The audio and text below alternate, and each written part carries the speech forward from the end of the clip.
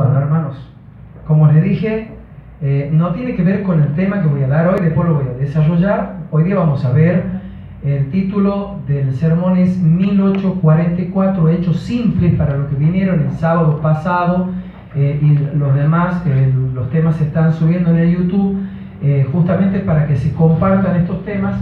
El sábado pasado habíamos hablado sobre la iglesia de Dios desde el Génesis al Apocalipsis, los 6.000 años de la iglesia de Cristo en la tierra, y este sábado vamos a desarrollar 1844, hechos simples. ¿Qué quiere decir esta fecha? Hay hermanos nuevos acá, y otros hermanos que por ahí capaz que les sirva de confirmación este tipo de estudio. Vamos a ir estudiando en los sermones aquí en San Martín 60, temas de doctrina, temas de profecías que nos vienen bien repasar y volver a reavivar en nuestros corazones para poder dar fe de lo que creemos. Antes que nada quiero hacer un pequeño paréntesis, hermano, y esto lo hago en realidad más bien por lo que se está grabando. Me voy a tomar el atrevimiento de tomarme 15 minutos para esto. Yo les pido que tengan paciencia. Quiero que leamos Lucas 12, 1 al 3.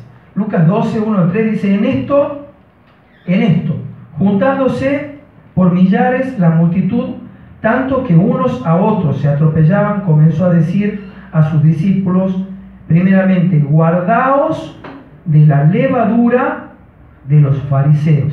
¿Qué es la levadura? Es el pecado, eso dice la Escritura. Guardaos de los pecados de los fariseos. Sin embargo, Mateo dice que los fariseos eran guardadores de la ley excelente. Pero resulta que Jesús les dijo muchas veces que eran sepulcros blanqueados, ¿sí? Que por fuera estaban muy hermosos, pero por dentro estaban llenos de muerte. Tratar de matar y destruir. Querían la muerte de Cristo. Después cuando Lázaro muere, cuando Lázaro muere, lloraban por Lázaro, pero después cuando resucita lo querían matar a Lázaro. Terrible. Esto, no está lejos de nosotros. Somos el pueblo de Israel moderno. Dice, guardaos de la levadura de los fariseos, que es la hipocresía. Hipocresía. Yo realmente, hermanos, me entristezco a veces cuando me encuentro hoy por hoy con hermanos, y estoy aprovechando la filmación, que nos saludan con mucha hipocresía, pero después hablan del grupo San Martín 60. Y me voy a tomar justamente este tiempo de decir estas cositas, porque quiero que quede aclarado a aquellos hermanos que tienen muchas preguntas. Algunos tienen muchas dudas, pero en vez de venir y preguntarnos, directamente hablan, ¿sí? Dice, porque nada hay encubierto que no haya de descubrirse, ni oculto que no haya de saberse. Las paredes oyen, hermanos, las paredes oyen. Eso quiero decirles. Y que nosotros nos enteramos del maltrato gratis. Sigo diciendo, por tanto, todo lo que habéis dicho en tinieblas, a la luz se oirá, porque Dios es justo. Porque Dios es justo. Dice, y lo que habéis hablado al oído en los aposentos, porque las paredes oyen, se proclamará en las azoteas. Hoy está pasando justamente eso. Yo quiero aclarar un poquitito, rápidamente, cómo se ha formado el grupo San Martín 60. A mí me han invitado a dar un estudio bíblico aquí, y de repente, al sábado siguiente, éramos un montón de personas. Personas de paso, acá ustedes saben, somos unos cuantos los que venimos siempre, y los demás se van variando, y hay muchas personas nuevas. Así que eso yo aclaro. Esa es la primera aclaración. La segunda aclaración que quiero dar, quiero que vamos a 1 Corintios 11. 1 Corintios, capítulo 11. Las aclaraciones las voy a dar con la palabra de Dios, para que todo quede registrado. 1 Corintios, capítulo 11, hermanos, versículo 14, donde se venía hablando de atavío de mujeres y otras cuestiones, pero quiero rescatar algo que dice el apóstol Pablo en el versículo 16, muy importante, porque esta es la característica del pueblo de Dios. Con todo eso, si alguno quiere ser contencioso, nosotros no tenemos tal costumbre ni las iglesias de Dios. Nosotros no somos contenciosos.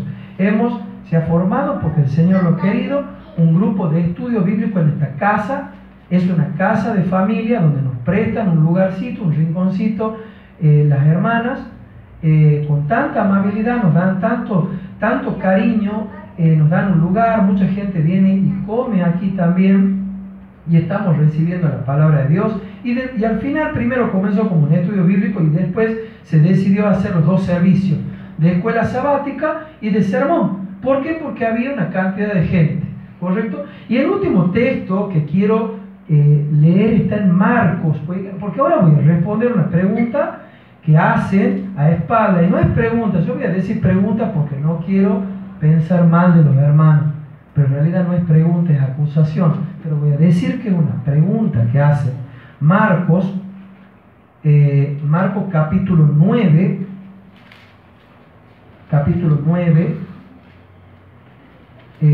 versículos 38 al 41. Y quiero aclararle que nadie me ha pedido que dé esta aclaración. Es más, lo estoy dando de mi propia voluntad, porque el Señor me ha movido el corazón ahora a hacerlo, así que lo hago. Primeramente voy a responder la pregunta. Voy a decir pregunta, pero voy a decir también cuchicheos, calumnias, injurias y un montón de cuestiones. De hermanos que están maltratando y están prejuiciando a otras personas que nos han visitado y nos visitan y nos visitarán también. Primeramente hemos venido invitando hermanos también de las otras congregaciones, de las otras iglesias, para que nos visiten y den temas. La idea es dar temas fuertes para que se suba a YouTube y esto circule alrededor del mundo, que es la verdad de la palabra de Dios. Ese es un punto. Se nos ha preguntado si nosotros pertenecemos al Evangelio eterno, y voy a decir de nuevo, se nos ha preguntado. Y yo voy a dar una simple respuesta: no. Y la simple respuesta, si me preguntan por qué, porque no, directamente. Nada más, no tengo por qué explicar más. O sea, la razón es no. Pregunta: ¿estamos en contra, odiamos al pastor Gambetta y a la gente que está con el pastor Gambetta? No, porque nosotros somos cristianos. Y el cristiano no odia a nadie, no maltrata a nadie, sino que recibe con los brazos abiertos a las personas, ¿sí? Porque así hace el Señor Jesús con nosotros. Entonces, cualquier persona que viene a San Martín 60 es bien recibido con cariño y amor. Entonces, la pregunta maliciosa que se viene haciendo, porque se la hace con malicia la pregunta: si pertenecemos al Evangelio eterno, digo no. La respuesta: ¿por qué? Porque no pertenecemos. Sí, es una verdad. O sea, nada más. No hay más para responder, no hay más para cuchichear. Y a favor, voy a leer por último Marcos. Quiero leer Marcos y ya entramos en el tema de hoy, hermanos. Y disculpen a los hermanos nuevos, porque hay muchos hermanos nuevos que se tienen que comer estas aclaraciones, porque hay algunos hermanos viejos que no se dan cuenta, porque no quieren venir y ver qué es lo que está pasando acá, que acá hay hermanos nuevos que están estudiando la palabra de Dios y sin embargo tienen que estar viendo esta situación. Pero las voy a aclarar y voy a utilizar este medio, porque estamos un poquito, los cuatro gatos locos que estamos más o menos manejando esto, estamos un poquito cansados de estas presiones que se nos están metiendo a espaldas. Aguántenme un cachito. Entonces, Marcos capítulo 9, y con esto yo ya termino y voy al tema de hoy, que es lo importante, hermano. Igual estamos estudiando la palabra de Dios. Marcos capítulo 9, versículos 38 al 41. Y quiero hablar de muchos prejuicios. Y este tema, este punto, este texto, aquellos que andan hablando de espalda y han hecho campañas por medios públicos, y por eso estoy usando medios públicos, porque han hecho campañas por medios públicos, campañas agresivas. Bueno, yo les dejo este texto bíblico para que lo analicen, solamente lo analicen. Marcos 9, 38 en adelante, dice: Juan le respondió diciendo: Maestro, hemos visto a unos que en tu nombre echan fuera demonios. ¿En el nombre de quién lo hacían? En el nombre de Jesús. ¿Creían en Jesús estas personas? ¿Creían en Jesús? Sí que creían en Jesús, porque expulsaban a los demonios y creían que el nombre de Jesús tenía poder. ¿Sí? Si nosotros, obviamente, cristianos, se les comenzó a llamar ya en el Nuevo Testamento, si tendríamos que llamarlo, ¿cómo se llamaban estos cristianos? Pues creían en Cristo. ¿Sí? Bien, y dice: en tu nombre, dice, echan fuera demonios, pero él no nos sigue, dice. y se los prohibimos, porque no se nos seguía, perdón hermano que estoy leyendo, no se nos seguía. Pero Jesús dijo, no se lo prohibáis, porque ninguno hay que haga milagro en mi nombre, y el mayor milagro que hay en el nombre de Cristo es predicar la verdad y convertir almas, ¿sí? Bien, que haga, dice que luego pueda decir mal de mí. Entonces dice, perdón, vuelvo a leer, pero Jesús dijo, no se lo prohibáis, porque ninguno hay que haga milagros en mi nombre, que luego pueda decir mal de mí, porque el que no es contra nosotros, por nosotros es. Así que eso le voy a aclarar a los hermanos que se hacen las preguntas maliciosas. Los que no son contra nosotros, con nosotros son. Y cualquiera que os diera un vaso de agua en mi nombre, porque soy de Cristo, de cierto os digo que no perderá su recompensa. Hermano, yo con esto doy, digamos, por terminado esta aclaración, porque un poco estamos cansados, nos enteramos de gente prejuiciosa y gente prejuiciada. Lo peor es la gente que se prejuició, ¿sí? Entonces, por eso doy esta aclaración. Puede cualquiera venir, ver qué es lo que nosotros hacemos acá y bueno, se van a enterar cómo estamos trabajando. Así que bueno, ese es el tiempo que me he tomado para hacer aquellas aclaraciones y ahora vamos a entrar al tema principal. Ahora me voy a parar porque quiero mostrarles unas laminitas que hice yo. Vamos a hacer un recorrido por las profecías de Daniel, un recorrido rápido y mental en las profecías de Daniel. Esto corresponde a la profecía de Daniel capítulo 2, ¿sí? Es la estatua que ve Nabucodonosor en un sueño. Daniel 2, ¿a qué simbolizaba la cabeza de oro? Rápidamente, Babilonia. ¿A qué simbolizaba los pechos y brazos, uno más fuerte que el otro, a los medos y los persas? Los medos eran más débiles que los persas más poderosos eran parientes, ¿sí? El pueblo de Dios estuvo en esclavitud bajo Babilonia, bajo los medos y los persas. Después viene Grecia, que es el imperio de bronce, con Alejandro Magno, ¿sí? Bueno, no voy a entrar en detalles, pero esto es parte de la profecía de Daniel capítulo 2. A los que lo han visto y los hermanos nuevos la van a ir viendo cuando se las vayan desarrollando, pero vayan sabiendo que esto es lo que habla Daniel 2. En Daniel 2 después vienen las piernas de hierro que representaban al imperio férreo de Roma, ¿sí? Que tenía que ver con la división de Constantinopla y Roma en algún momento, y también se le puede aplicar a Roma papal y a la Roma imperial, ¿sí? Que son divisiones. Luego tiene los pies, que eran de hierro y barro cocido, y los dedos eran 10 dedos.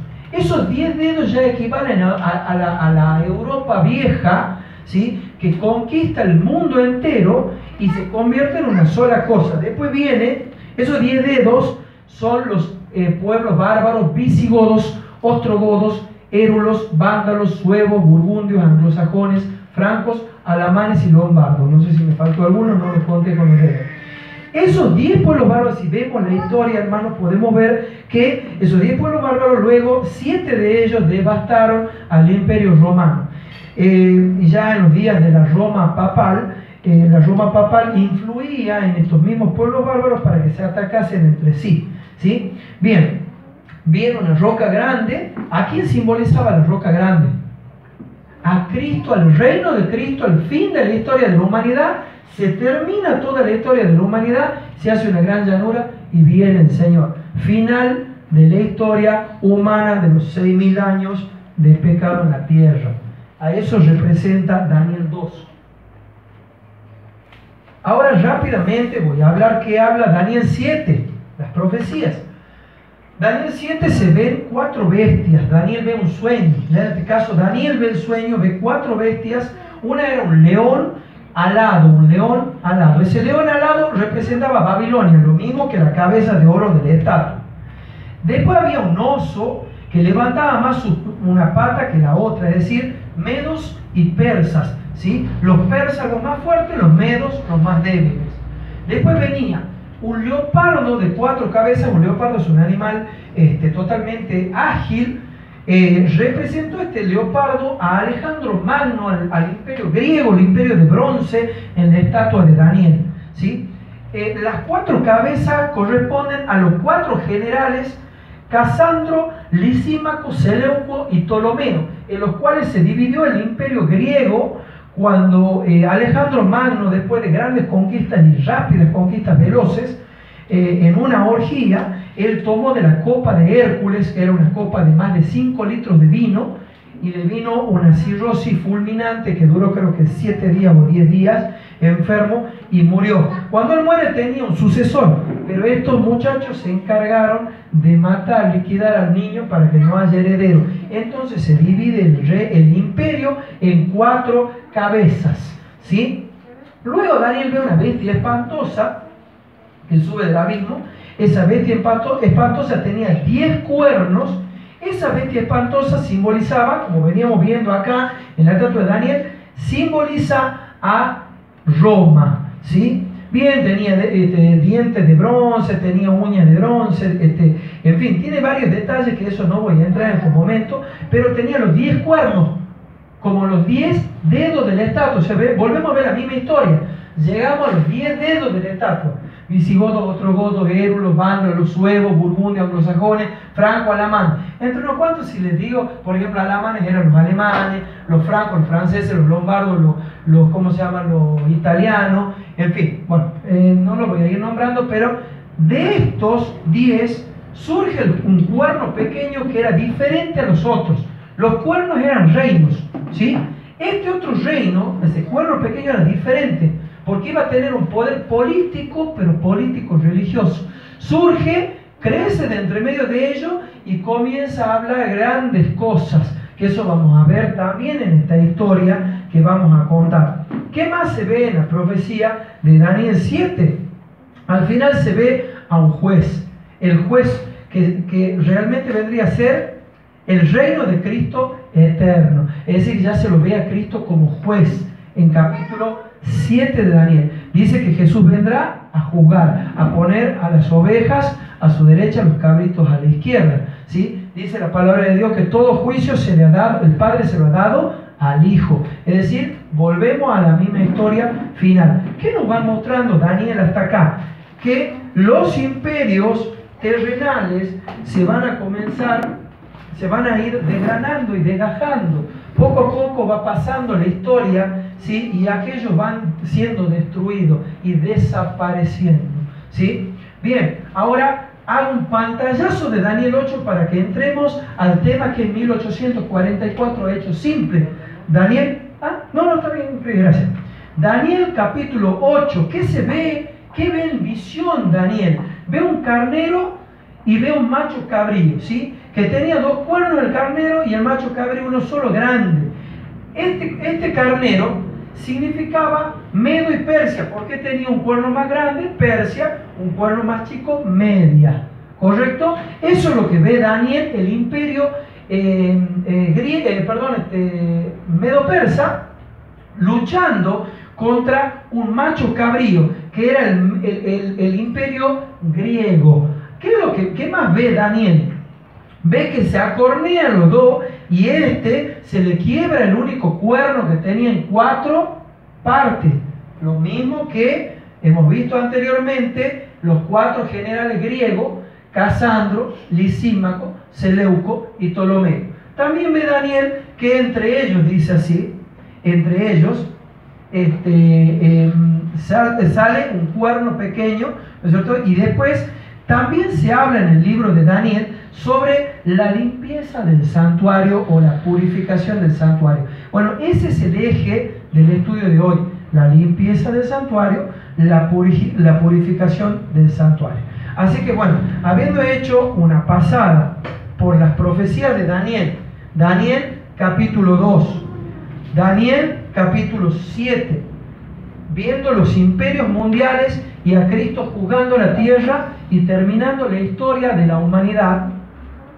Ahora sí vamos a entrar al estudio principal, vamos al libro de Daniel, vamos a ver este esquema que ya después se lo voy a mostrar.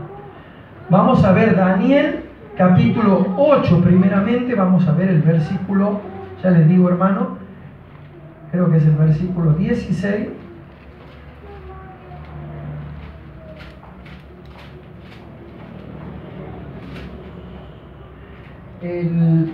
Bien, capítulo 8, versículo 14. Yo les dije el sábado pasado que íbamos a estudiar las 2300 tardes y mañana. ¿Qué son 2300 tardes y mañana? Hemos estudiado, hemos venido viendo las profecías imperiales. ¿Cómo han venido los imperios? Vuelvo a repasar: Babilonia, Medo-Persia, Grecia, Roma, los 10 pueblos bárbaros. Dicho sea de paso, 3 desaparecen de eso. Son los ostrogodos, érulos y vándalos, ya en los días del papado. Esos eran pueblos arrianos. ¿Qué es ser arriano? Ellos eran seguidores del Papa Arrios. Bueno, Arrios tenía una teología muy parecida a la de los testigos de Jehová, y quizás un principio también de los pioneros, y hubo de muchas personas, digamos, de las religiones evangélicas pioneras, que creían más o menos así, como que Jesús no era Dios, que había sido adoptado, bueno, era el adopcionismo. Todos esos pensamientos venían del arrianismo, ¿no? Bueno, y hay 3 pueblos bárbaros que eran los ostrogodos, los érulos y los vándalos. Fueron desaparecidos de la historia. ¿Por qué? Porque eran arrianos.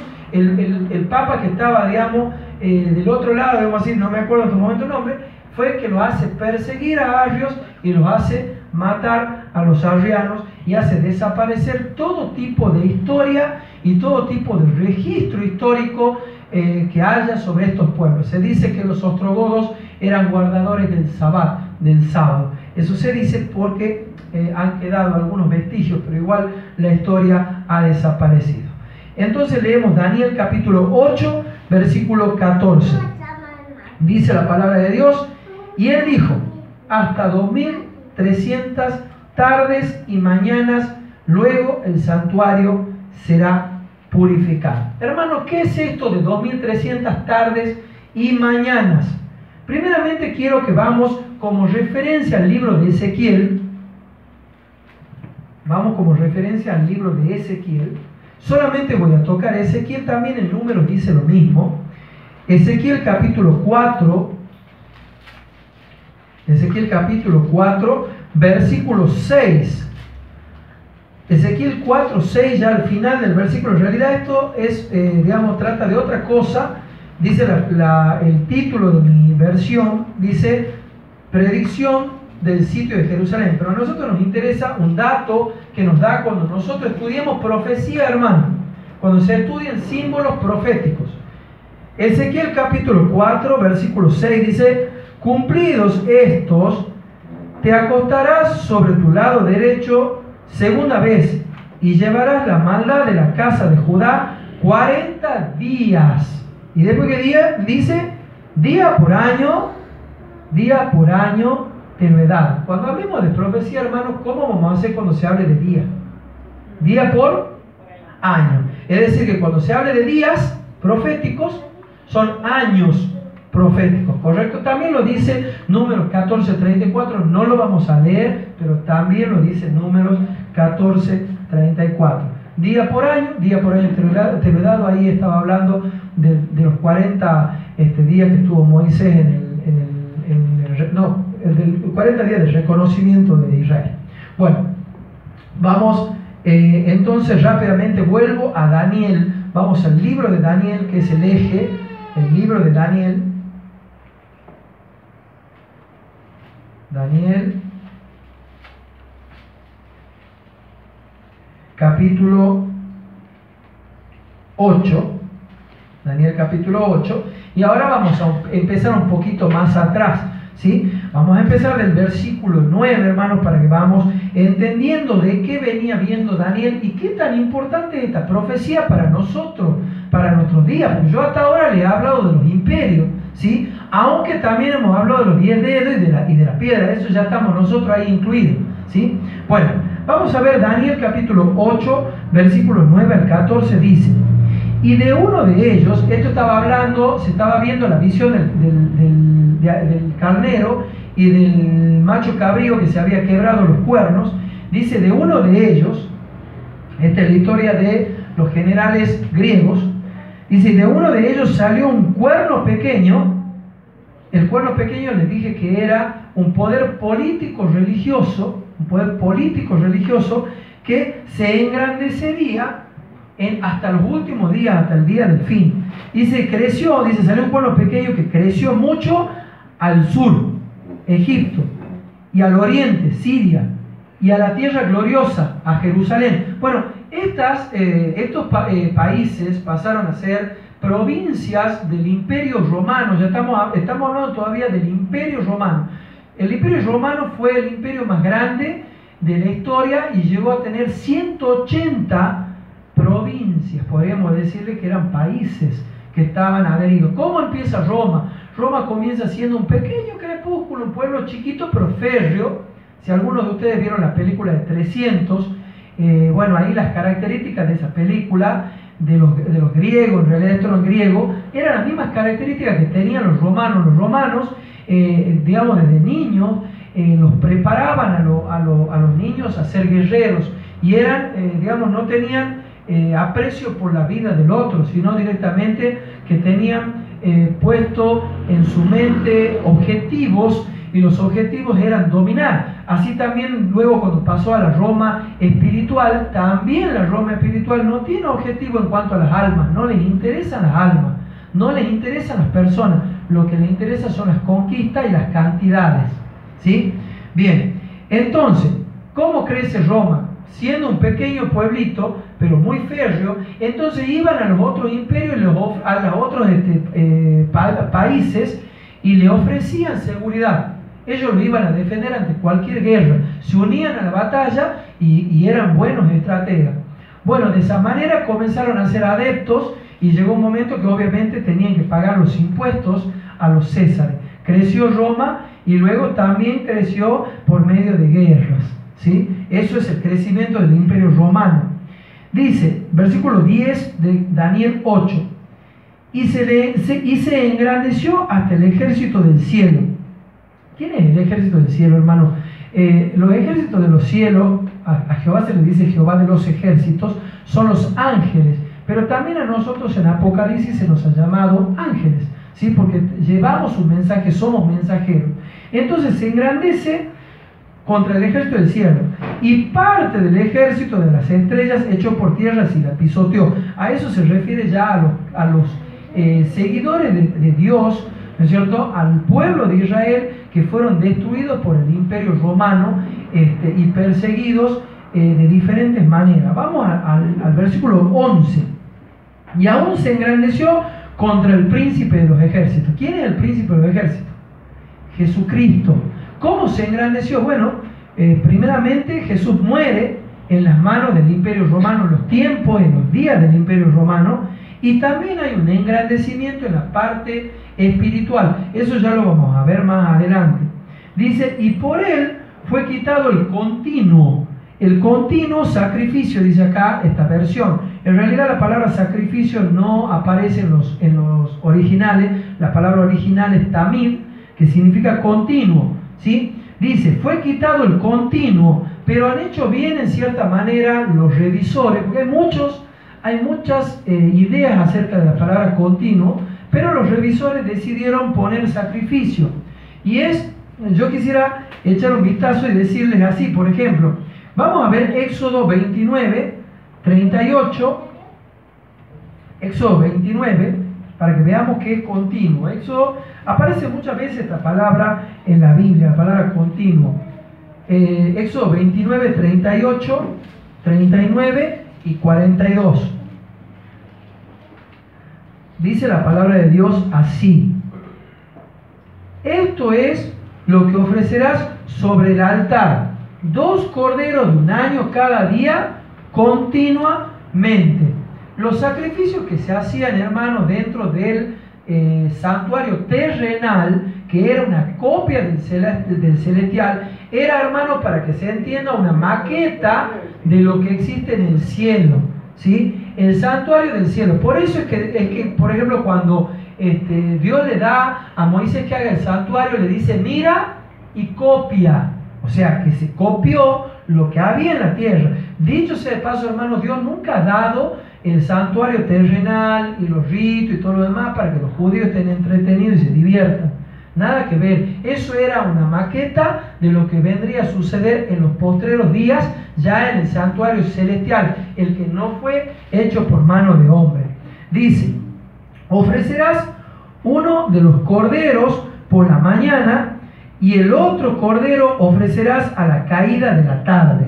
Versículo 42 dice así: esto será el holocausto continuo por vuestras generaciones a la puerta del tabernáculo de reunión delante de Jehová, en el cual me reuniré con vosotros para hablaros allí. Habían, trabajos continuos dentro del santuario terrenal. Sí, los sacrificios, el fuego, después los panes de la proposición, por ejemplo, se iban cambiando cada 7 días, eso era algo continuo también. También el fuego del candelabro de oro. El candelabro, dicho sea de paso, hermano, en Apocalipsis representa las 7 iglesias desde Cristo hasta aquí. Son 7 períodos históricos, no que existan 7 iglesias diferentes, sino son períodos históricos del cristianismo, ¿sí? Bueno, el candelabro también tenía que tener un fuego constante y también tenía que ver con el altar del incienso, que también habló David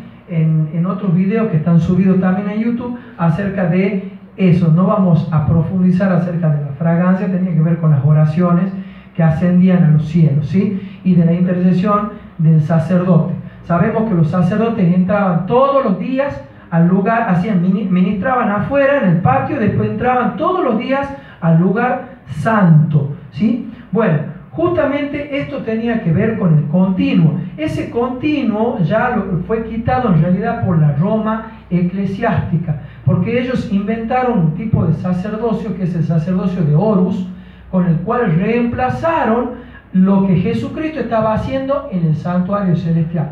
Ahora, rápidamente les menciono, acá creo que tengo un dibujito, hermanos, no sé si se vea muy bien. Acá está, es una maquetita del santuario terrenal, ¿sí? Tenía 3 entradas. Algunos dicen que eran el camino, la verdad y la vida. No tenemos texto bíblico que nos asegure eso, pero dicen que hay registros judíos, ¿sí? Por eso Jesús decía: yo soy el camino, la verdad y la vida. Jesús decía: yo soy el templo, ¿sí? Él era el templo viviente. Bueno, aquí, digamos, se oficiaban la muerte de los animalitos. Esto representó al año 31 la muerte de Cristo. ¿Dónde muere Jesús? Aquí en la tierra. Eso representaba la muerte de los animalitos acá, ¿sí? Después venía una fuente de bronce que era para lavar, y después venía el ingreso de Cristo. ¿Cuándo pasó esto? Cristo muere, asciende al Padre y dice: no me toquéis porque aún no he subido al Padre. Le dice a la mujer que él se le presenta al principio. Sube al Padre y sube con las primicias. San Mateo 28 habla de las primicias de los que murieron y resucitaron. Bueno, eso es todo parte del ritual antiguo, de las fiestas solemnes, de todo ese tipo de cuestiones que algún día iremos estudiando poco a poco esas fiestas, porque todo tenía que ver con lo que Cristo haría. Él asciende a los cielos, ¿sí? Y después de que presenta las primicias, baja, es visto por los discípulos, habla con los discípulos, les abre el entendimiento y se queda 40 días con ellos. Después él asciende a los cielos. Cuando asciende a los cielos por 10 días, y eso decía la ley mosaica, por 10 días duró el ungimiento del Mesías, ¿sí? Y eso podríamos ver un ejemplo del ungimiento del Mesías. ¿Por qué? Porque el ungimiento de los sumos sacerdotes o sacerdotes del pasado, del ritual, humano, tenía que ver con cómo iba a ser lo de Cristo. Vamos a ver Salmo 133, hermanos. Salmos 133.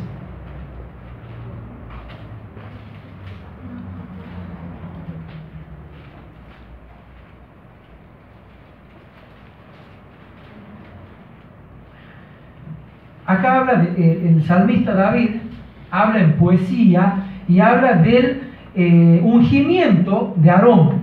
Y dice, mirad cuán bueno y cuán delicioso es habitar los hermanos juntos en armonía. ¿Cómo tenían que estar en el Pentecostés? Haciendo un paralelismo. Unánime juntos en oración y ruego. Ahora, si en el Pentecostés estuvieron así, ¿cómo tenemos que estar hoy, hermanos? Unánime juntos en oración y ruego. Ahora, la gran masa, desgraciadamente no. Porque la iglesia de Cristo son los que guardan los mandamientos, tienen el testimonio de Jesucristo, la fe de Jesús, el espíritu de la profecía, pero no son la gran masa, porque hay muchos que son cizañas, muchos que se dedican quizás a difamar, a maltratar a los hermanos, a perseguir. Eso no tiene nada que ver. La iglesia de Cristo es esa, ¿sí? Bueno, dice, mirad cuán bueno y cuán delicioso es habitar los hermanos juntos y en armonías. Es como el buen óleo. ¿Qué es el óleo? Es el aceite sobre la cabeza, ese era el ungimiento, así fue ungido Cristo en el cielo. Dice, el cual desciende sobre la barba de Aarón en este caso, podríamos decir la barba de Jesús en el cielo, durante esos 10 días del ungimiento, eso está en las fiestas solemnes, duraba 10 días, dice, y baja hasta el borde de sus vestiduras, como el rocío de Hermón, que desciende sobre los montes de Sión. Dice, porque allí envía Jehová bendición y vida eterna. En realidad, cuando Jesús fue ungido, cayó en el Pentecostés las gotitas, y los que estaban unánimes juntos en oración y ruego, recibieron el Espíritu Santo y comenzaron a convertirse de a 100, de a miles y un montón, ¿sí? Realmente el Espíritu Santo hizo ese trabajo. Volviendo a Daniel, hermanos, volvemos a Daniel, al texto principal de Daniel 8. Hasta ahora no hemos hablado de la fecha, ya vamos a hablar de la fecha, hermanos. Quiero que se entienda Daniel 8, versículo 11. Aún se engrandeció contra el ejército, contra el príncipe de los ejércitos, y por él fue quitado el continuo sacrificio, es decir, se cambió el sistema de lo que Cristo estuvo haciendo. Es otra cosa que no les he mencionado.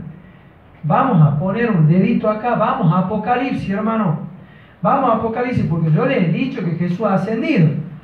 Y yo les puedo decir que Jesús asciende y sube al lugar, como veníamos viendo acá en la maqueta, tiene que subir al lugar santo, ¿sí? Bueno, eso lo podemos corroborar en Apocalipsis. Apocalipsis, Juan, ya en los años 90 y pico, ya Juan, viejito en las islas de Patmos, lo ve a Cristo. Ahora, ¿a dónde lo ve al Señor? Versículo 10, capítulo 1, versículo 10. Apocalipsis 1:10 dice, yo estaba en el Espíritu en el día del Señor. ¿Cuál es el día del Señor, hermanos? El sábado. Estaba en el Espíritu ya en los años 90, todavía seguía guardando el sábado, el hermano Juan. Dice, en el Señor dice, y oí detrás de mí una gran voz como de trompeta, que decía, yo soy el Alfa y el Omega, el primero y el último. Escribe en un libro lo que ves, y envíalo a las 7 iglesias que están en Asia, en Éfeso, en Pérgamo, en Tiatira, en Sardis, en Filadelfia y en la Odisea. Y dice, y me volví para ver, versículo 12, hermanos, y me volví para ver la voz que hablaba conmigo, y vuelto vi 7 candeleros de oro. Hermano, según la maquetita, ¿dónde estaban los candeleros? ¿En qué lugar del santuario?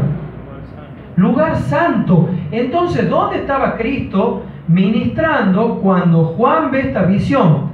Dice, y me volví para ver la voz que hablaba conmigo, y vuelto vi 7 candeleros, y en medio de los 7 candeleros a uno semejante al Hijo del Hombre. Y acá cuando digo a uno semejante al Hijo del Hombre, ¿por qué usa la palabra semejante el apóstol Juan?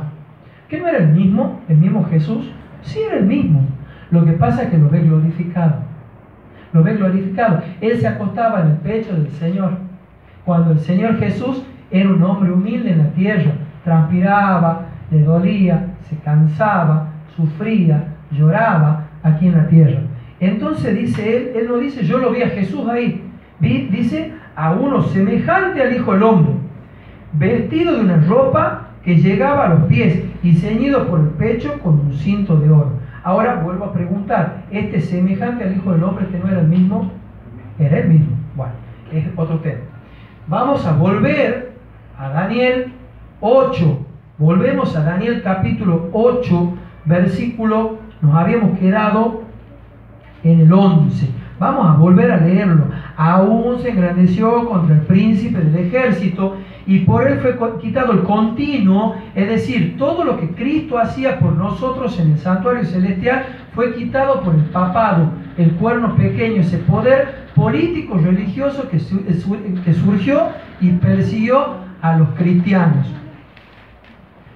Entonces por él fue quitado el continuo. Ahora, por ejemplo, ya hemos mencionado anteriormente cuál era el uso del incensario. Eso ya lo he explicado David, que tenía que ver con la fragancia de las oraciones nuestras. Nosotros oramos al Señor, las oraciones ascienden a los cielos. Dice, nadie va al Padre si no es por mí. ¿Y qué hizo el papado? Puso a cualquier persona para que se le pregunte y se vaya por medio de a Dios. En realidad se va por medio de Cristo. Es la única forma de ir a Dios. Por eso todas estas cosas eran parte del continuo, ¿sí? ¿Por qué? Porque Jesucristo presenta su sacrificio, esa es la justicia imputada e impartida, que Jesús presenta ante el Padre, y cuando ya ora Daniel, ya el Padre no lo ve a Daniel, sino lo ve a Cristo, ¿sí? Y ve la llaga, y ve lo que Cristo ha hecho por él, y la justicia que Jesús le imparte y le imputa a Daniel, ¿sí? Entonces eso fue quitado. Y dice, y el lugar de su santuario fue echado por tierra. ¿Por qué se echó el lugar del santuario por tierra? ¿Dónde está el santuario de Dios? Si Dios le dijo a Moisés, mira, en el monte, mira y copia. ¿Dónde estaba el santuario?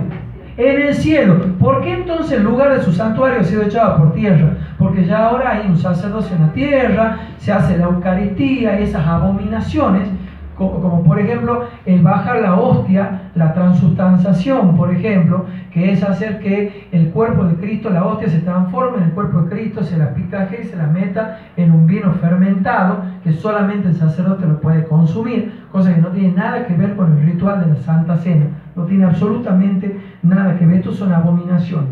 Versículo 12. Y a causa de la prevaricación le fue entregado el ejército junto con el continuo sacrificio. O sea, ¿por qué le fue entregado el ejército, hermano?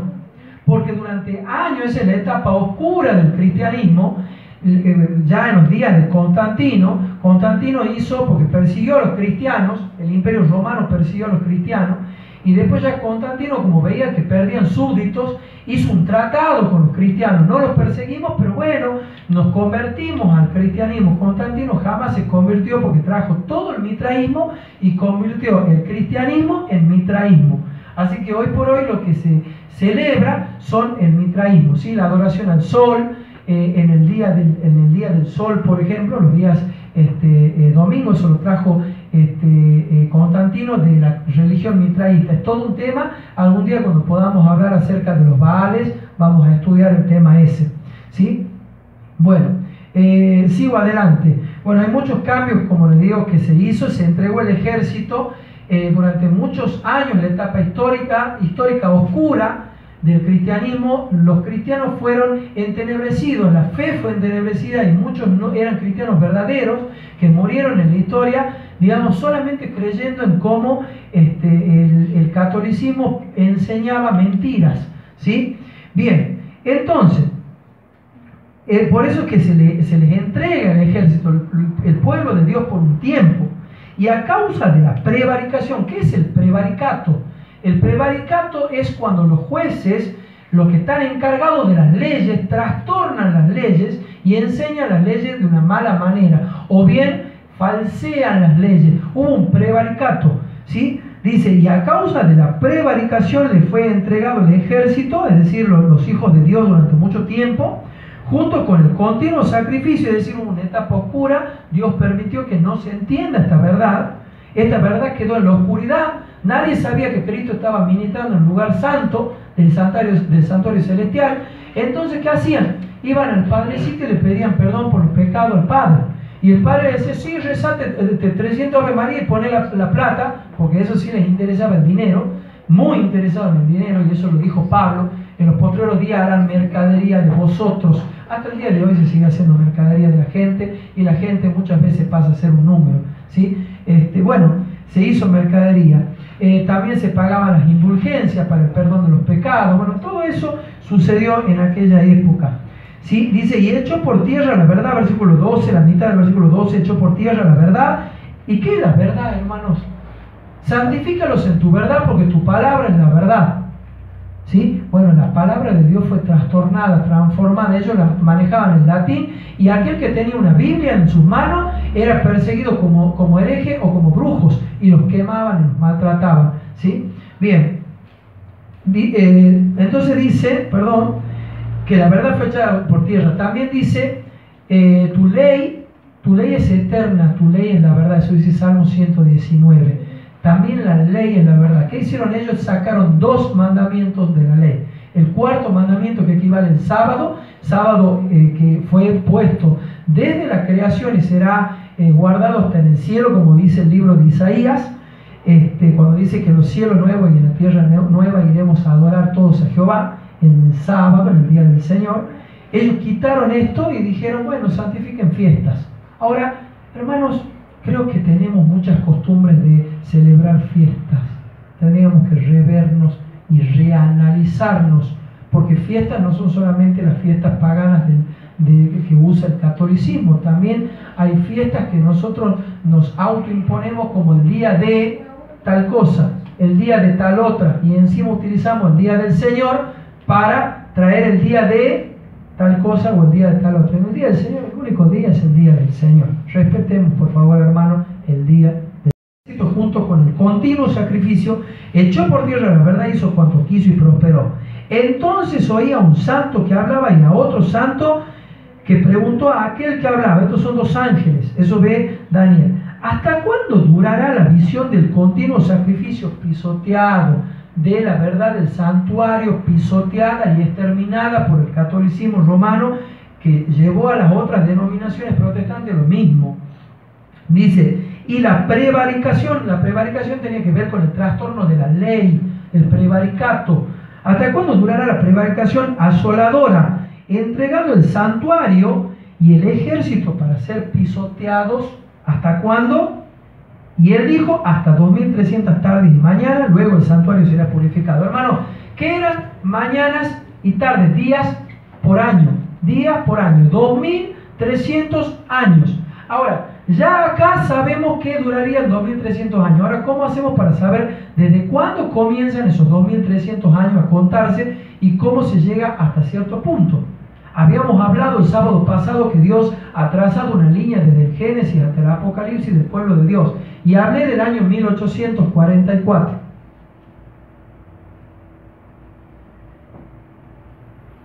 Bueno, vamos a ver si ponemos esta laminita. Esta la he copiado del Gran Conflicto de los Siglos, de la hermana White, del Gran Conflicto de los Siglos. Y les voy a mostrar un esquema, ¿sí? Gracias, Bruno. Bueno, tendré que ponerte para acá, pero yo no puedo. Bueno, acá dice: hasta 2300 tardes y mañana, luego el santuario será purificado. Nosotros acá tenemos un comienzo de la fecha. Yo les digo ahora, y lo vamos a buscar con Biblia y lo vamos a corroborar. ¿Cuándo comienzan hasta 2300 tardes y mañana? Año 457 antes de Jesucristo. Y eso lo vamos a ver cuando leamos, que dice 7 semanas, ya lo vamos a leer, hermanos, para los nuevos. 7 semanas, las semanas tienen 7 días. 7 por 7, 49, son 49 días o años. 7 semanas, 62 semanas. Si multiplicamos 62 por 7, que son 7 días de la semana, llegamos a 434 años, ¿sí? Y vamos a ver acá un primer periodo de 70 años, que son 49 años de 7 semanas, 434 años de 62 semanas, y luego tenemos un periodo de 1 semana o 7 años que ahora vamos a analizar. Tiene que ver con el bautismo de Jesucristo, la muerte de nuestro Señor y el fin de la predicación a los judíos como nación. El fin del tiempo a los judíos. Eso vamos a analizar ahora. Gracias, Bruno. Bájala y quédate cerca si me lo pones luego. Vamos a ver esto, hermano, ya para ir culminando este estudio. Vamos a buscar Daniel capítulo 9. Daniel capítulo 9, versículo 24. Daniel 9, 24, la palabra de Dios dice así: 70 semanas, y ahí está lo que habíamos visto en el diagrama. 70 semanas están determinadas sobre tu pueblo y sobre tu santa ciudad. La palabra acá determinada era cortada. ¿Qué le estaba diciendo Dios en la visión a Daniel? Vos tenés esta cantidad de años, desde acá 70 semanas, tenés determinada para tu pueblo y para tu santa ciudad. Este periodo de tiempo iba a ser el que iba a ser para su pueblo, ¿sí? Estos años proféticos, ¿sí? Bien, eso iba a ser para el pueblo de Dios. Entonces dice así, para el pueblo de Daniel, ¿no? Para el judaísmo como pueblo de Dios. Y dicho sea de paso, Jesús dice, Juan dice en el capítulo 1, a los suyos vino y los suyos no les recibieron. Jesús vino ¿para quién? Para las ovejas perdidas de la casa de Israel, porque eso dijo él, yo he venido a las ovejas perdidas de la casa de Israel. Jesús vino a predicar primeramente a los judíos, y hubo un tiempo también Jesús les dijo a los discípulos, id y predicad a las ovejas perdidas de la casa de Israel. Esa fue la primera misión, y después dice, antes de irse, de ascender al cielo, id y predicad a toda nación, tribu, lengua y pueblo. Eso se cumple después de la fecha esta profética, después del año 34. Ya les voy a explicar cómo llegamos a ese año 34. Dice así, 70 semanas están determinadas sobre tu pueblo y sobre tu santa ciudad, para terminar la prevaricación, que es la transgresión de las leyes que venía haciendo. Esto ya está hablando del pueblo de Israel, la prevaricación, y poner fin al pecado. ¿Por qué poner fin al pecado? Porque nadie puede tener remisión de pecados sin derramamiento de sangre. Por eso es que se hacía el sacrificio de los animalitos en el lugar, en el patio del templo, y se los llevaba para adentro y se asperjaba. Todos los días el sacerdote asperjaba la sangre en la tela que dividía el lugar santo del santísimo. Entonces, para terminar la prevaricación, poner fin al pecado, expiar la iniquidad. Aquí se habla de expiación, la iniquidad, para traer la justicia perdurable. ¿Quién es la justicia perdurable? Jehová, justicia nuestra, y será su nombre llamado Yeshua, ¿sí? ¿Qué significaba? Jehová, Dios con nosotros, Jehová Salvador, porque dice Emanuel es Dios con nosotros, y Yeshua es Jehová el Salvador. Por eso es que en Isaías decía, yo Jehová, fuera de mí no hay quien salve, ¿sí? Ese fue Dios con nosotros. Bien, y dice la justicia perdurable, y sellar la visión y la profecía. ¿Por qué sellar la visión y la profecía? Porque esta profecía iba a tener acá un cumplimiento de todo lo que venían diciendo los profetas acerca de Jesucristo, ¿sí? Y dice, y ungir al santo de los santos. Acá, bueno, muchos se han confundido y pensaban que era el bautismo de Cristo. En realidad, el ungimiento del santo de los santos es el Kodesh Kodeshim, el ungimiento del santuario, ¿sí? Bien, y dice, sabe pues y entiende que desde la salida de la orden para restaurar y edificar a Jerusalén hasta el Mesías príncipe, habrá 7 semanas, y acá está la historia. Desde la salida de la orden, ¿cuándo sale la orden? Año 457.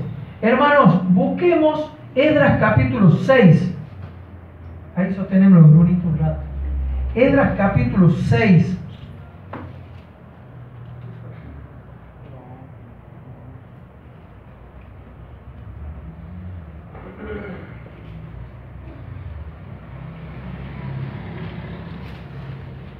Esdras capítulo 6.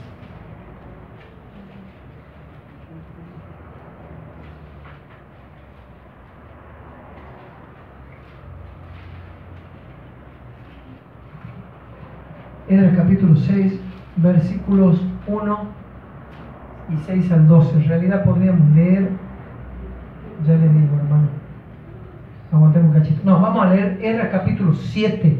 Esdras capítulo 7, versículos 11 en adelante. Eso vamos a leer.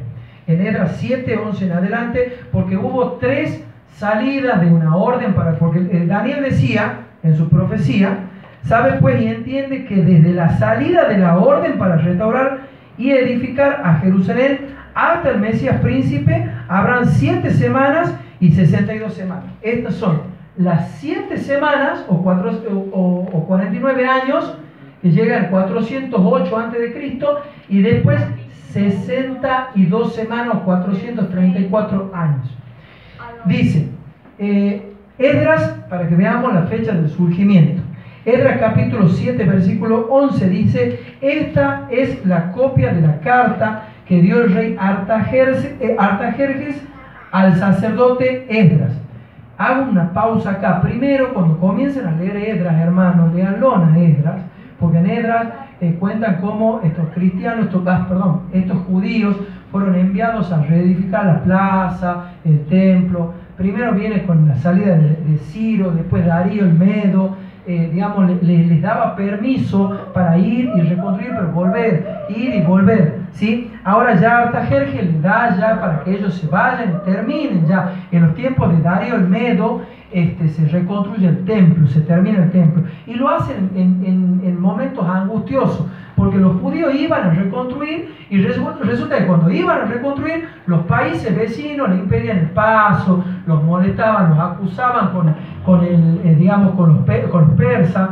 Entonces dice, esta es la copia, vuelvo a leer, versículo 11 del capítulo 7 de Esdras.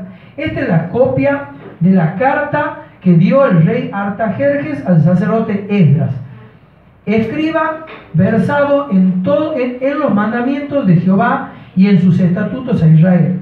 Artajerjes, rey de reyes, a Esdras, sacerdote y escriba, erudito en la ley de Dios del cielo, paz. Por mí es dada la orden. Ahí está la salida de la orden.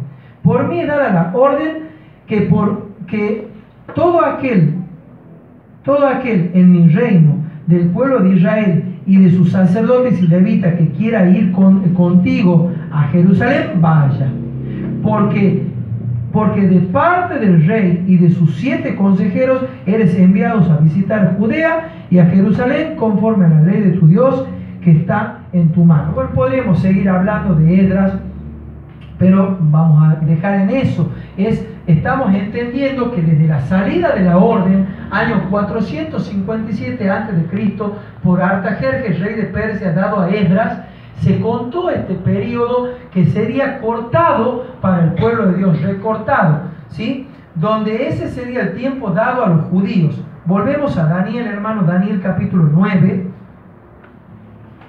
Daniel 9:25, vuelvo a leerlo, sabe pues y entiende que desde la salida de la orden para restaurar y edificar a Jerusalén hasta el Mesías príncipe habrá 7 semanas y 62 semanas, se volverá a edificar la plaza y el muro en los tiempos angustiosos. Ya les expliqué los tiempos angustiosos que ellos pasaron, ¿sí? Y dice, y después de las 62 semanas se quitará la vida al Mesías,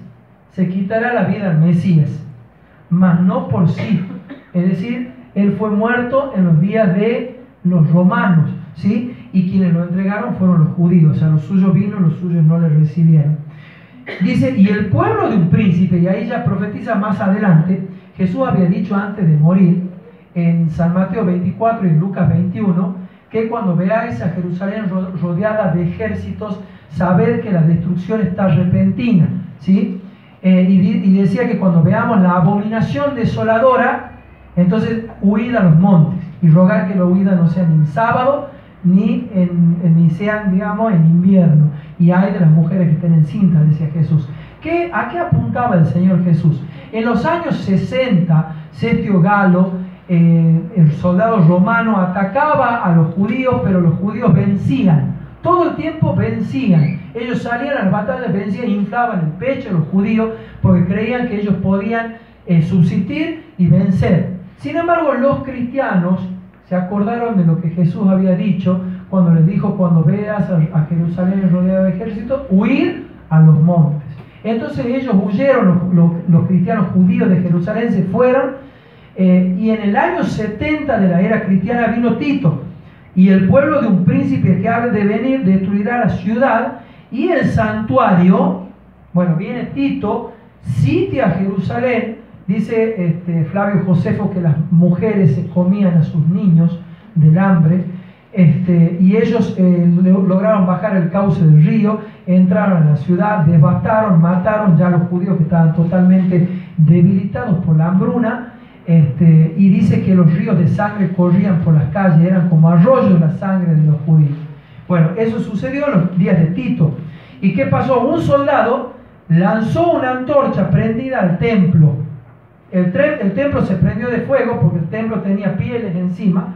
Se prendió de fuego, y cuando se prendió de fuego el templo, Tito entró para tratar de rescatar algo, y lo único que logró rescatar fue el candelabro de oro, que después se lo derritió para una reliquia que se hizo. Y dice: y su fin será con inundación. Hasta el fin de la guerra durarán las devastaciones. Hubo guerras. Y por otra semana confirmará el pacto con muchos. Esta es la semana con la que confirmaría el pacto con muchos. Jesús es bautizado en el año 27 de la era cristiana, y comienza, eso dice San Mateo, creo que es capítulo 3, comienza a predicar el evangelio. El reino de los cielos se ha acercado. Es el primero en decir: el reino de los cielos se ha acercado. Comienza a predicarse el evangelio. Dice: entonces por otra semana confirmará el pacto con muchos. A la mitad de la semana hará cesar el sacrificio y la ofrenda. A la mitad de la semana, a la mitad de los 7 años, Jesús estuvo 3 años y medio predicando, ¿sí? Desde su bautismo. Fue muerto nuestro Señor, ¿sí? Y dice entonces: a la mitad de la semana hará cesar el sacrificio y la ofrenda. Después, con la muchedumbre de las abominaciones, vendrá el desolador. Eso es lo que Pablo decía cuando decía que el ministerio de la iniquidad ya estaba presente, pero había alguien que el presente lo detenía. Ya se había comenzado a mover ese movimiento.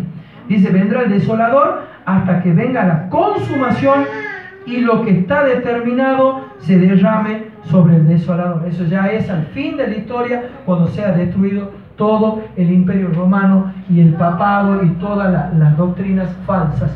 Hermanos, teniendo el punto de partida en el año 457 a.C., ¿sí? Siguiendo esa profecía cortada, porque ¿qué pasó después de que Cristo muere? Tuvieron 3 años y medio para ir a las ovejas perdidas de la casa de Israel. Eso es lo que dijo el Señor. Se derrama el Pentecostés, ellos hablan en lengua, pero no le hablan a gente extranjera. Eran judíos que habían venido a la fiesta del Pentecostés, entonces ellos ya hablaban otros idiomas. Entonces comenzaron los discípulos a hablarles en sus idiomas y a predicarles. Entonces los discípulos, durante todo Hechos de los Apóstoles, capítulo 1 hasta el capítulo 7, los discípulos solamente iban a las sinagogas a predicar a los judíos. Después, en capítulo 7, capítulo 8, 9 y 10, está el apedreamiento de Esteban, el diácono, la conversión de Saulo de Tarso y la predicación a los gentiles. Cuando recibe la visión, Pedro mata y come la manta que baja, y Pedro ve animales inmundos y dice: Señor, yo no puedo comer lo que es inmundo. Entonces él le dice: Pedro, mata y come, y no llames inmundo lo que yo limpié. Pedro se despierta perplejo. Muchos cristianos hoy creen que el Señor ha limpiado los animales inmundos a través de un sueño. En realidad el Señor ha venido no a limpiar animales, sino a limpiar personas. Lo que antes, digamos, para los judíos eran inmundos, los gentiles ya no lo eran. Le golpea la puerta Cornelio y otros más, otros personajes más que no eran judíos en sí. Entonces se abre la predicación a los gentiles del Evangelio a esta etapa, en el año 34 de la era cristiana. Bueno, hermanos, ¿qué ha pasado del año 34 hasta allá? Esto, las 2300 años, llegan al año 1844. En el año 1844, Dios levanta, surge un movimiento, ¿sí? Que es el movimiento adventista. No era una religión, no tenía nada que ver con la religión, porque eran hermanos metodistas, eran hermanos anglicanos, eran hermanos bautistas y de diferentes denominaciones que comenzaron a entender esta profecía de las 2300 tardes y mañanas. Hasta más hay un jesuita que también la estudia, a la profecía de las 2300 tardes y mañanas. Entonces, teniendo el punto de partida, el eje en el medio que es nuestro Señor, llegamos al año 1844. Gracias, Bruno. Sí, se llega al año 1844. Acá entre esto del año 34 en adelante hay 1810 años. ¿Y qué pasó durante todo ese tiempo, durante todo ese periodo? Bueno, se predicó a los gentiles, también estuvieron el terremoto de Lisboa, hubo la lluvia de estrella, hubo persecución a los cristianos, a los valdenses, a los albigenses, a los seguidores de Hus.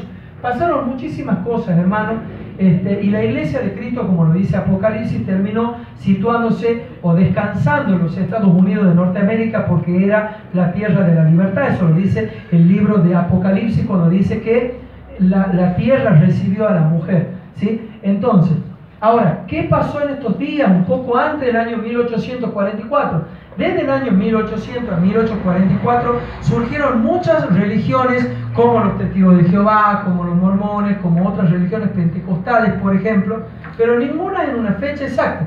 Ellos surgieron y comenzaron a predicar, digamos así, el cristianismo, ¿sí? Y a tener por ahí sus ideologías. También surge, hermanos queridos, el espiritismo.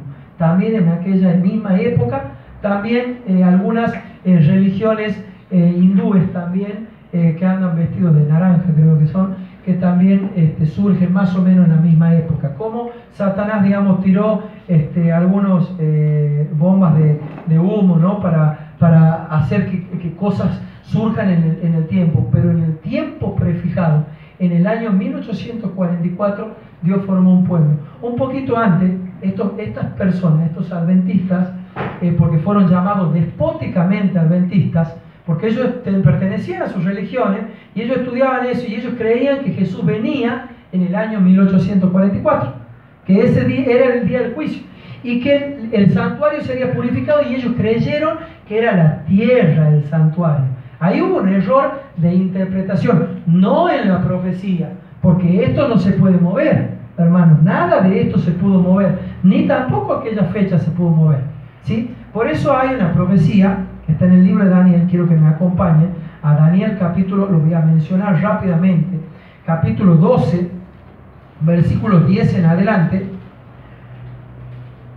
Daniel 12, 10 en adelante dice: muchos serán limpios y emblanquecidos. Tiene que ver con lo que dice Apocalipsis cuando dice: el que sea justo, siga siendo. Desde acá es el llamado a ser justo. Desde acá algunos esperan a la lluvia tardía, que desde ahí el llamado. Dice: muchos serán limpios y emblanquecidos y purificados. Los impíos procederán impíamente. Es decir, el que sea impío, siga siendo. Dice así, Apocalipsis. Y ninguno de los impíos entenderá, pero los entendidos comprenderán. Y desde el tiempo que sea quitado el continuo sacrificio, esto tiene que ver con el año 508, la conversión de Clodoveo, rey Franco, dice, hasta la abominación desoladora del año 1798, cuando se le quitó al papado, porque el papado tuvo una herida de muerte, ¿sí? Donde el general Berthier le da una herida de muerte. ¿Por qué? Porque el papado perseguía y mataba a los cristianos en estas épocas, mataba a los cristianos. Entonces este general le quita, lo exilia al papa que estaba vigente en esos momentos, y le quita el poder de hacer daño y de maltratar y matar, ¿sí? Después, en el año 1798, Benito Mussolini le devuelve, a través del Tratado de Letrán, le devuelve la autonomía, pero ya en la ciudad del Vaticano, ¿sí? Bien, entonces dice, habrá 1290 días. Dice así: bienaventurado el que espere y llegue a 1335 días. Eso era un poco antes de 1844. Eran bienaventurados los que lleguen ahí. ¿Por qué bienaventurados los que lleguen ahí? Porque los que fueron muriendo antes del año 1844, creyendo en el mensaje adventista, ellos fueron anotados en los libros del cielo. Muchos otros llegaron el año 1844 y se llevaron el gran chasco. El gran chasco está en Apocalipsis capítulo 10, hermano. Para los que quieran verlo en el YouTube, yo por una cuestión de tiempo, ¿cómo estoy con el tiempo, David? Jodido con el tiempo. Por una cuestión de tiempo no voy a leer lo que dice Apocalipsis 10, pero dice que come el librito, dice te será dulce al paladar y amargo al vientre. Eso es lo que dice en Apocalipsis capítulo 10. Fue el tiempo histórico amargo, donde la dulzura era que Cristo venía en 1844. Pero resulta que cuando llegó el momento, ahí hubo un zarandeo grandísimo y quedaron un pequeño grupito de adventistas, entre ellos la hermana White, Guillermo Miller y otros más, quedaron ahí estudiando las profecías y entendieron que lo que había pasado no era que Cristo iba a venir a la tierra, sino que Jesús pasaba del lugar santo, del santuario celestial, donde Juan lo había visto estar entre los candeleros, pasa al lugar santísimo y comienza el día del juicio o el día de la expiación, donde se comienza a tocar los nombres de las personas desde aquellos días, desde los primeros muertos hasta el final. Y hasta el día de hoy también quizás nuestros nombres sean tocados. Quisiera leer un texto más y ya vamos a ver, hermanos, ya por último, Apocalipsis, Hebreos 9, vamos a leer dos textos. Hebreos 9, explico esto. La verdad que a veces los tiempos son tiranos y usé un poco de tiempo para explicar la situación de nuestro grupito de casa de familia. Entonces me llevó un poco de tiempo. Vamos a ver Hebreos capítulo 9, versículos 22 y 23. Hebreos 9, 22 y 23 dice: fue pues necesario que las figuras de las cosas celestiales fuesen purificadas así, pero las cosas celestiales mismas con mejores sacrificios que estos, porque no entró Cristo en el santuario hecho de mano, figura del verdadero, sino en el cielo mismo, para presentarse ahora por nosotros ante Dios. Es decir, Cristo cuando murió, ascendió al cielo, entró en el lugar santo, hizo su trabajo. Podemos estudiar luego las fiestas solemnes, todo el trabajo de Cristo. Creo que Celeste también dijo que iba a hablar sobre el santuario en algún momento, así que proseguiremos con estos temas muy lindos. Y hoy el último texto que quiero leerle, y dicho sea de paso, año 1844, el Señor pasó del lugar santo ya al santuísimo y comenzó el juicio investigador. Estamos en época de juicio, hermano. Por eso es que la Biblia dice: el que sea justo siga siendo y el que sea impío siga siendo. Ya han pasado mucha gente, ya han pasado muchos años, ya han muerto muchos adventistas esperando el regreso pronto de Jesucristo. Muchos han muerto lavando sus ropas, vistiéndose de bodas, y muchos han muerto esperando que algún día Dios lo cambie. Y ese es todo un tema para hablar. Pero vamos a ir a ver Apocalipsis capítulo 14. Apocalipsis capítulo 14. Este es el mensaje de los tres ángeles, Apocalipsis 14, del 6 en adelante. Este mensaje comienza a proclamarlo la iglesia adventista desde el año 1844. Ningún otro pueblo proclamó este mensaje, que era la restauración del santuario y de la verdad echada por tierra, que era la ley de Dios. Y dice, ahí se termina la profecía de los 2300 años. Vi volar por el medio del cielo a otro ángel, que tenía el evangelio eterno, para predicarlo a los moradores de la tierra. Ángeles son mensajeros, hermano, esto lo digo para los nuevos, ¿sí? Para predicar a los moradores de la tierra, a toda nación, tribu, lengua y pueblo, diciendo a gran voz: temed a Dios y dadle gloria, porque la hora de su juicio ha llegado.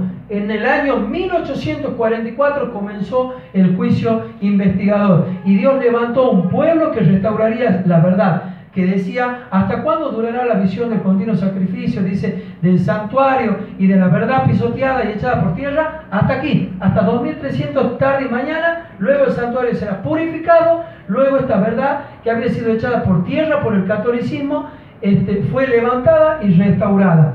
Entonces sigue diciendo, dice: porque la hora de su juicio ha llegado, y adorad a aquel que hizo el cielo, la tierra, el mar y la fuente de las aguas. ¿En qué día se adora al Creador? Cuando dice Éxodo capítulo 20 dice que nosotros, acuérdate del sábado porque Jehová hizo los cielos y la tierra, ¿sí? Entonces ahí se restaura la verdad de la ley, la verdad del sábado, ¿sí?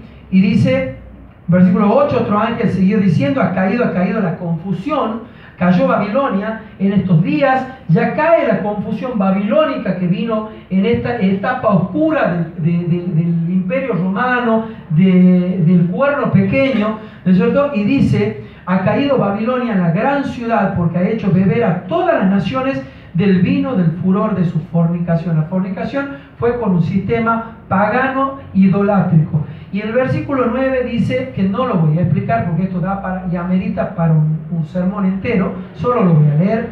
El tercer ángel lo siguió diciendo a gran voz, si alguno adora a la bestia, que este es el papado, y a la imagen de la bestia, que es Estados Unidos, cuando tome una posición eclesiástica de Estado y persiga a los cristianos, porque lo va a hacer, dice, y recibe la marca en su frente y en su mano, es en el pensamiento y en el trabajo. La marca tiene que ver con el domingo, guardar el domingo o guardar el sábado, desechar el día del Señor o no, el día del Creador. Dice, él también beberá del vino de la ira de Dios, que ha sido vaciado puro en el cáliz de su ira, y será atormentado con fuego y azufre delante de los santos ángeles y del Cordero. Y el humo de su tormento sube por los siglos de los siglos, y no tienen reposo de día ni de noche los que adoran a la bestia y a su imagen, ni nadie que reciba la marca de su nombre. Y aquí está digamos, la característica de la iglesia de Dios. Aquí está la paciencia de los santos, vuelvo a repetir, los que guardan los mandamientos de Dios, no que esperan en algún momento cambiar. Dice, y la fe de Jesús. Jesús nos ha dejado, como ya dijimos el sábado pasado, la mente de Cristo, nos ha cambiado el corazón para ponernos un corazón con la ley, para que nadie diga conoce al Señor, nos ha dejado su justicia imputada e impartida, nos ha vestido y nos ha dejado sus pisadas, para que digamos, como dice Pablo, ahora ya no vivo yo, mas vive Cristo en mí. Aunque también Pablo llegó a decir, también no es que yo lo haya alcanzado, pero prosigo el blanco. Pero después dijo, ahora ya no vivo yo, vive Cristo en mí. Y el versículo 13 dice, oí una voz desde el cielo me decía, escribe, bienaventurados, felices, de aquí en adelante, los muertos que mueren en el Señor, sí, dice el Espíritu, descansarán de sus trabajos porque sus obras con ellos siguen. Bienaventurados todos aquellos que desde el año 1844 hasta el día de hoy, hasta los pioneros, año 1888, donde se predicó la justificación por la fe por Warren y Jones, apoyados por la hermana White, bienaventurados porque nos han dejado mucho material para que hoy nosotros seamos el pueblo que somos. Así que bueno, hermanos, Dios les bendiga. Espero haya quedado claro estos 2300 años de historia que terminan en el año 1844, donde empezó las reformas que la hermana White recibió de parte de Dios, la reforma en cuanto a la educación, las reformas en cuanto a la salud y todo tipo de reformas que continuaron desde el año 1844 hasta el día de hoy. Así que bueno, hermanos, este fue el mensaje para hoy. Espero lo hayan entendido. Si no, lo vamos a seguir tratando. Aparte, mucho más para hablar, hermanos. Así que bueno, estamos esperando al Señor Jesús. Estamos ya en la tardanza del esposo, ¿sí? Entonces, hermanos, nos vistamos de boda. Tengamos las lámparas encendidas, llenas del Espíritu Santo. ¿Cómo se recibe el Espíritu Santo? Anhelando un reavivamiento y una reforma en nuestra vida. Aquel que no le interesa una reforma no puede pedir un reavivamiento. Y aquel que no recibe el reavivamiento nunca va a reformar su vida. El Espíritu Santo estará cayendo en algunas personas y otros ni se van a dar cuenta, como dice la mensajera del Señor. Dios los bendiga.